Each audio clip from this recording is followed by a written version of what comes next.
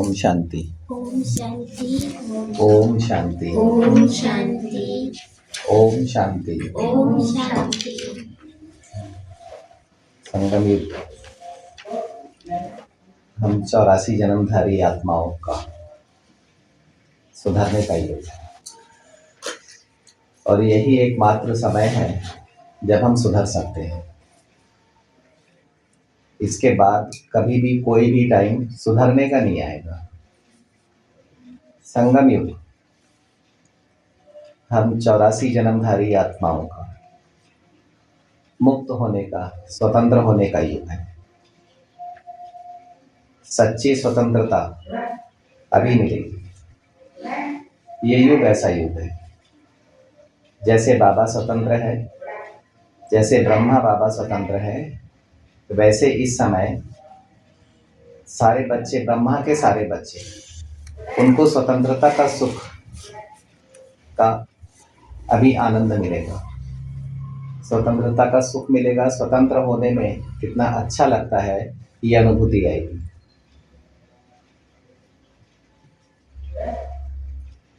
हमें इन सब चीजों के लिए आत्मा को समझना बहुत जरूरी है और आत्मा में परिवर्तन करना जरूरी है।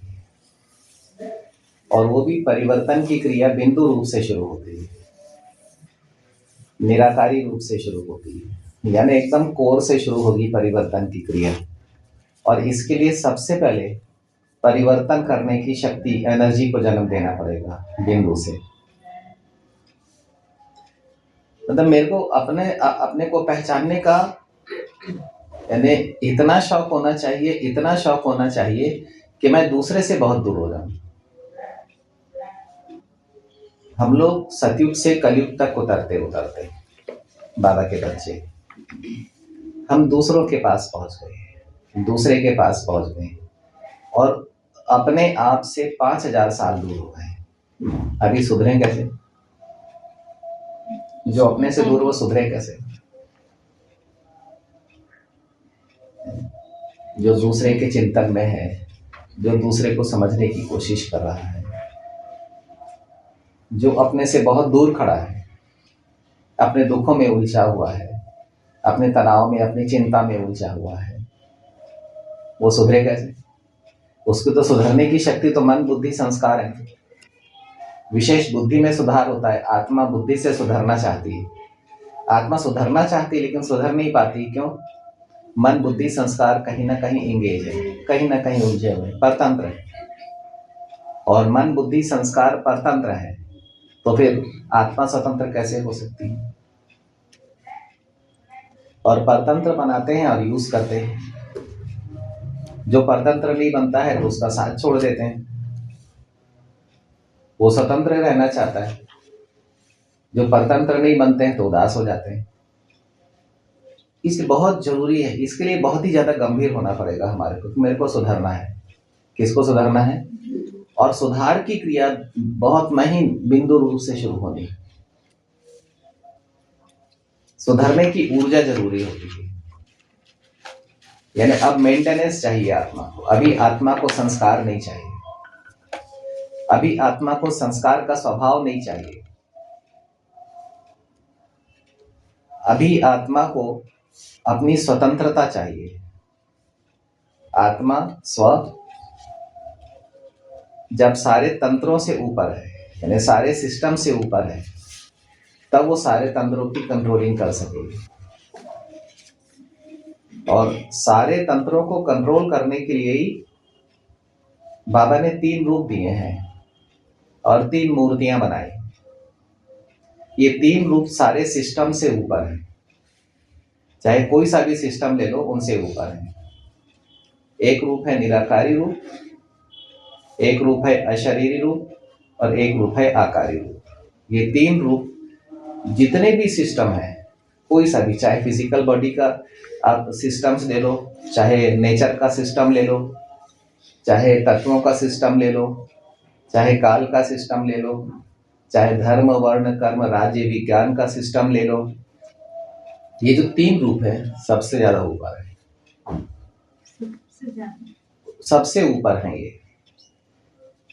स्वतंत्र होना है, यानी तंत्रों को अगर कंट्रोल करना है, सारे तंत्र माने सिस्टम, है ना, जितने भी सिस्टम हमारे शरीर में है या प्रकृति में है या समय में है या तत्वों में है या तीनों लोकों में काम कर रहे हैं, जो भी विज्ञान काम कर रहा है, अगर हमारे को उनको कंट्रोलर बनना है, उनका कंट्रोलर बनना है, जैसे हमें काल का कंट्रोलर बनना है, मुझे अपने में सुधार करना पड़ेगा। मेरी इच्छा क्या है?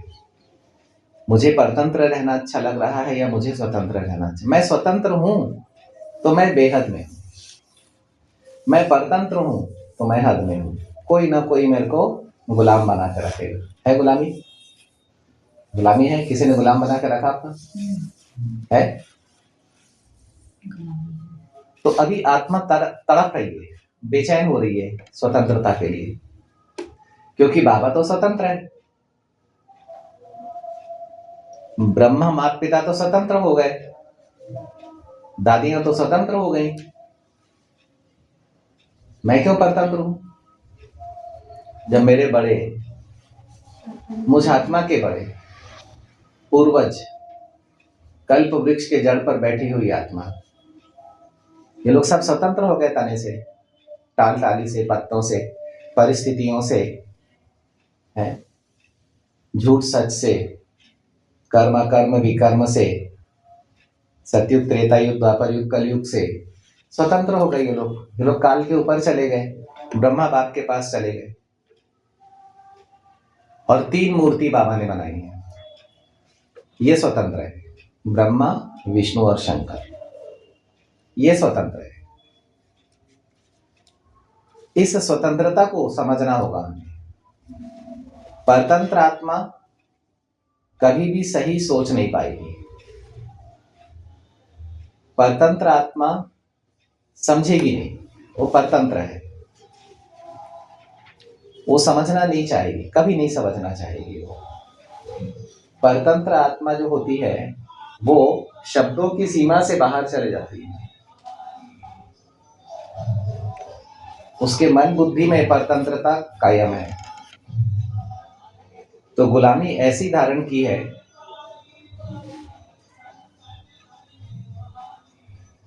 जो मन बुद्धि स्वस्थ और सुखी नहीं है,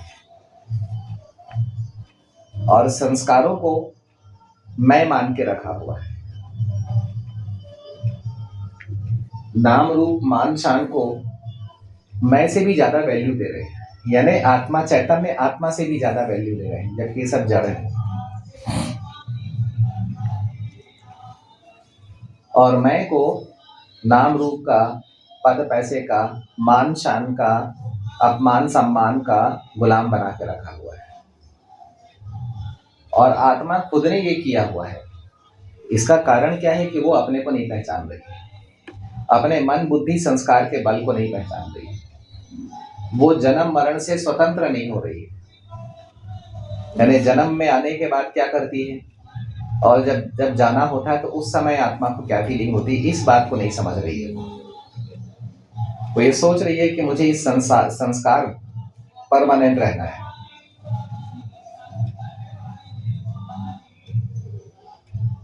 और वो अपने को मुक्त करने के बजाय दूसरे पर दबाव डालती है। उस दबाव से अपने आप को मुक्त कर ले, उस दुख से अपने आप को मुक्त कर ले, वो ना करके वो दुख वो दूसरे को देना चाहती है। और शब्दों की सीमा से बाहर बेसमझ हो गई। आप किसी को शब्दों से समझाना चाहो तो कितने लोग हैं समझने वाले? बताओ कितने लोग है? कोई जो आपके शब्दों में समझ जाता है कोई जिनको शब्दों से, भाषा से समझाया जा सके? कोई नहीं था। कारण क्या है? कारण क्या है?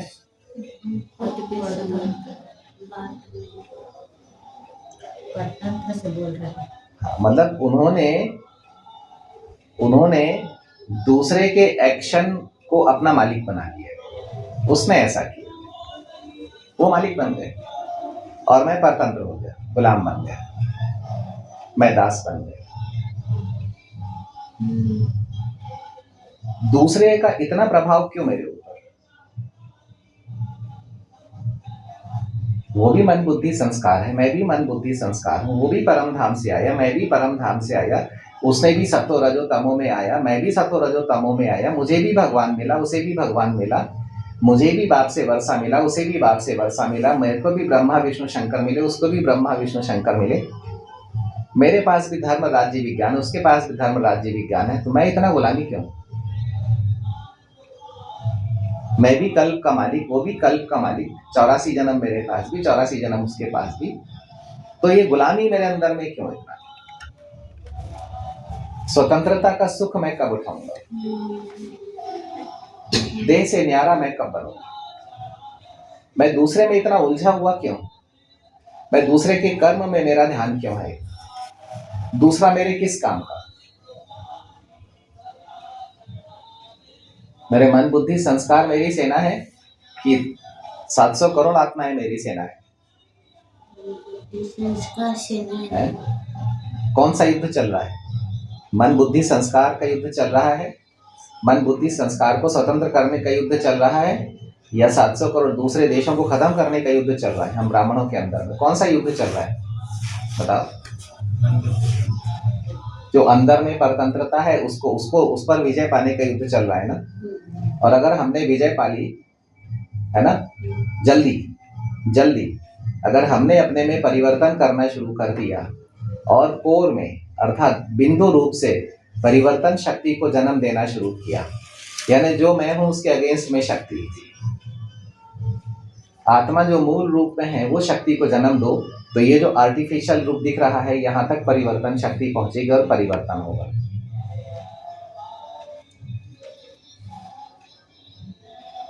उसके बिना काम नहीं होगा। अलबेला नहीं बनना है, नहीं तो पश्चाताप का समय ज्यादा दूर नहीं है। बड़े बोल सकते हैं, समझा सकते हैं, समझ जाओ तो बलिहारी है, नहीं समझो तो भोगना है।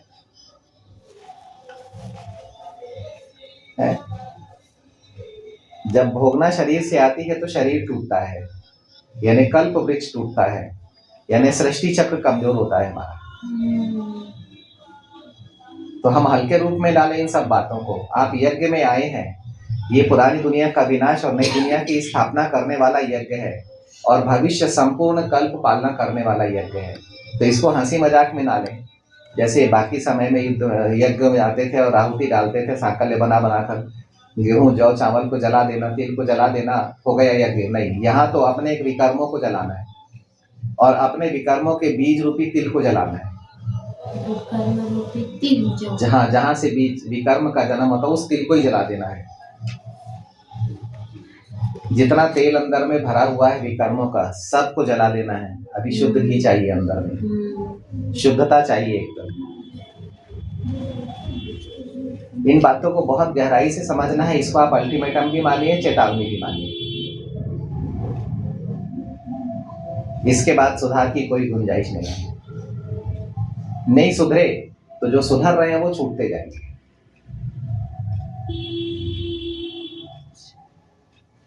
और जो बिगड़े हुए हैं आप उनके साथ में रह जाएंगे। सुधर के ठीक है, अगर सुधर गए तो आप ऊपर निकल जाएंगे। नहीं सुधरे तो आप अपनी बिगड़ी हुई स्थिति मशीनरी के साथ में नीचे रह जाएंगे। अपने को ज्यादा ही स्मार्ट होशियार नहीं समझना है। सुधरना जरूरी है। दूसरा जैसा है उसको छोड़ो, मैं सुधरूं। दूसरा अपनी जिम्मेदारी खुद उठाए।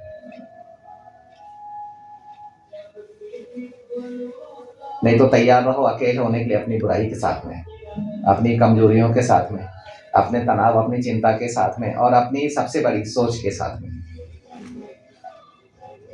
क्योंकि कोई भी रुकने के लिए अब तैयार नहीं है। सब चल रहे हैं भगवान की ओर, सब जा रहे हैं भगवान की ओर। जाना ही है।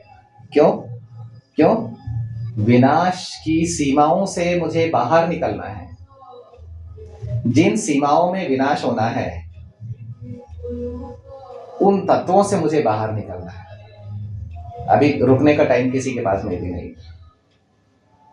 सब अपने अपने रास्ते चले जाए। जब तक है संगठित होकर रहे, साथ साथ चले। अगर ये नहीं किया तो फिर विघटित मन बुद्धि संस्कार के साथ में आप अकेले रह जाओ।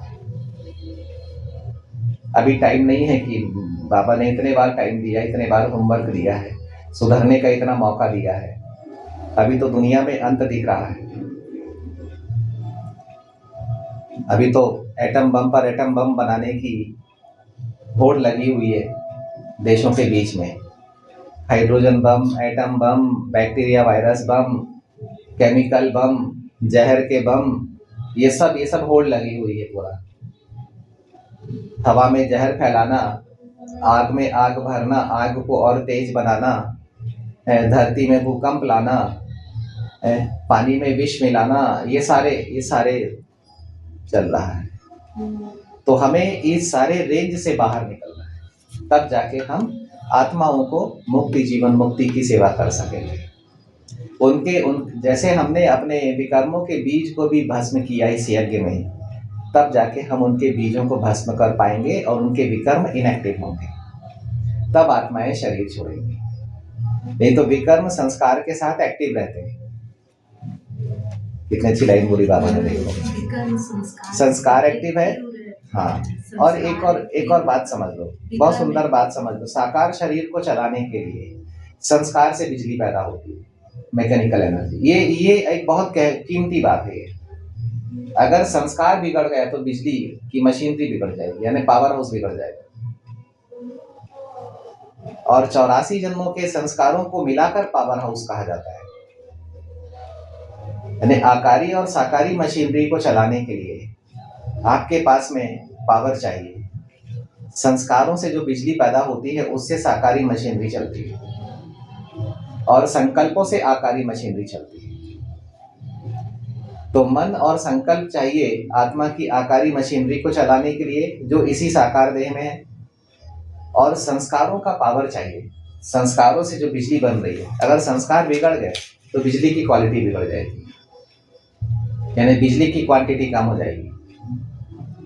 हमें तो इस संस्कार के द्वारा 84 जन्मों को ऑपरेट करना है, संचालित करना है। तो संस्कार वो सूक्ष्म ऊर्जा है जो साकार दुनिया में इन साकार जन्मों को चलाने के लिए, आत्मा ने जो जन्म लिए हैं उनको चलाने के लिए, 84 जन्मों को इस देह में बिठाकर चलाने के लिए पावर चाहिए, बिजली, मैकेनिकल एनर्जी चाहिए। नहीं तो देह धीरे धीरे भारी होने लगती है, बिजली की कमी आती है और देह भारी होने लगती है।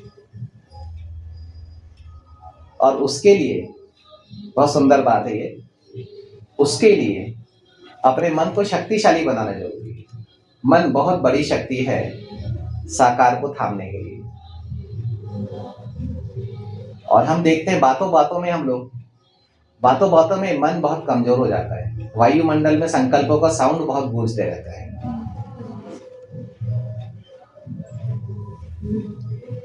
आत्माएं संकल्प चलाते रहती हैं, साउंड गूंजते रहता है, यानी शोर, संकल्पों का शोर बहुत होता है।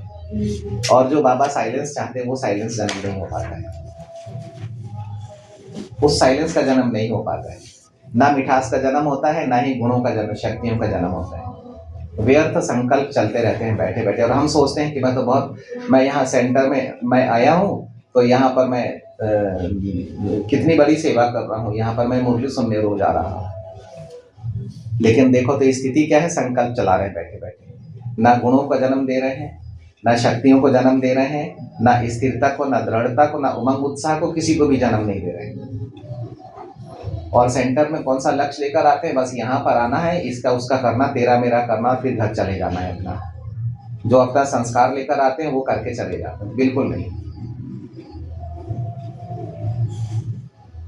ऐसे करने वालों को चेतावनी है, ये अल्टीमेटम है, समझ जाओ। ये अपने ही स्वभाव संस्कार के साथ अकेले रह जाओगे, सब निकल जाएंगे। इसलिए ये चेतावनी मानो इसको, और वो भी अंतिम चेतावनी मानो। ये अभी गंभीर होना बहुत जरूरी है पुरुषार्थ को लेकर, और मैं समझकर पुरुषार्थ करूं। मैं यहां दूसरे के लिए ना आऊं, अपने लिए आऊं, अपने समीप रहूं, मैं भगवान को अपने समीप में रखूं, मैं अपनी समीपता को पाऊं। बाबा कैसे देह से दूर रहता है, ब्रह्मा बाबा कैसे साकार देह से दूर है, क्या किया है उन्होंने। क्या किया है, दादियां कैसे देह से दूर होते होते देह से निकल गए, क्या किया उन्होंने, कौन सा पुरुषार्थ किया, वो करूं मैं यहाँ पर हिसाब किताब करने ना आऊं, हिसाब किताब बाहर कर लो, यहाँ पर पुरुषार्थ कर लो। आत्मा और परमात्मा के बीच का ये अपने पर रहम करना होगा, ये अपने पर रहम करना होगा। ये मैं अपने पर रहम करूं, मैं अपने पर दया तरस खाऊं अपने पर, कि मैंने अपने को विनाश हो जाने वाली दुनिया में रखा हुआ है, मैंने अपने को अंतिम दुनिया में रखा हुआ है, जहां पर ना प्यार है, ना खुशी है, ना शांति है, ना शक्ति है, ना गुण है, ना ज्ञान है। मैंने उसको अपने अपने इस इतनी सुंदर रचना को, भव्य दिव्य रचना को, शरीर को मैंने कहाँ रखा हुआ, मैं आत्मा मैंने कहाँ रखा हुआ, किनके बीच में रखा हुआ है। मैं फरिश्तों के बीच में नहीं, मैं पढ़े लिखों के बीच में नहीं हूँ, मैं परिवर्तन करके आगे बढ़ने वाली आत्माओं के बीच में नहीं हूँ। मैं जो हूँ, जैसी हूँ, मैं वैसे रखी हुई हूँ, अपने संस्कार के अनुसार मैं जीवन जी रही हूँ। मैं परिवर्तन होकर उन्नति करने के लिए नहीं जी रही हूँ।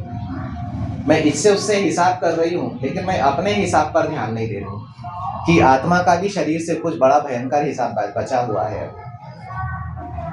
मैं अपने पास नहीं हूँ, मैं दूसरे को देख रही हूँ, पर दर्शन कर रही हूँ, पर निंदा, पर चिंतन चल रहा मेरे अंदर। उसने ऐसा कर दिया, उसने ऐसा कर दिया, उसने ऐसा कर दिया, और इतना इतना दूर हूं अपने आप से कि मेरी समझने की शक्ति काम ही नहीं कर रही। इतना दूर हूं मैं अपने आप से, और मैं सोचती हूँ कि मैं हीरोइन हूँ एकदम। तभी अपने पर रहम करना है, स्वदर्शन करना है, परमात्मा दर्शन करना है। यहाँ पर आकर किसी भी देहधारी के दर्शनों में नहीं जाना है, किसी भी देहधारी को फील नहीं करना है। आप अपने दर्शनों में मगन रहिए, आप अपने अपने संकल्पों को चेक करिए, अपनी दृष्टि को बाबा में टिका के रखिए, अपने अपने संकल्पों को, अपने आकार, अपने साकार, अपने धर्म, राज्य, विज्ञान, इतनी बड़ी पढ़ाई है, उसको पढ़ो ना। कल्प वृक्ष की पढ़ाई है, पढ़ो ना, कितनी विशाल पढ़ाई है। अपनी पढ़ाई पढ़नी, नहीं तो इसके बाद समझाने वाले भी नहीं होंगे, और ये ध्वनि भी नहीं होगी, ये साउंड भी नहीं होगा। फिर उस समय या तो भोगना होगी, अगर समय बच गया तो थोड़ा बहुत अपना समझ के अकेले में सुधार करना पड़ेगा। आज सुधरने के लिए संगठन का बल साथ में है, ठीक है। ओम शांति।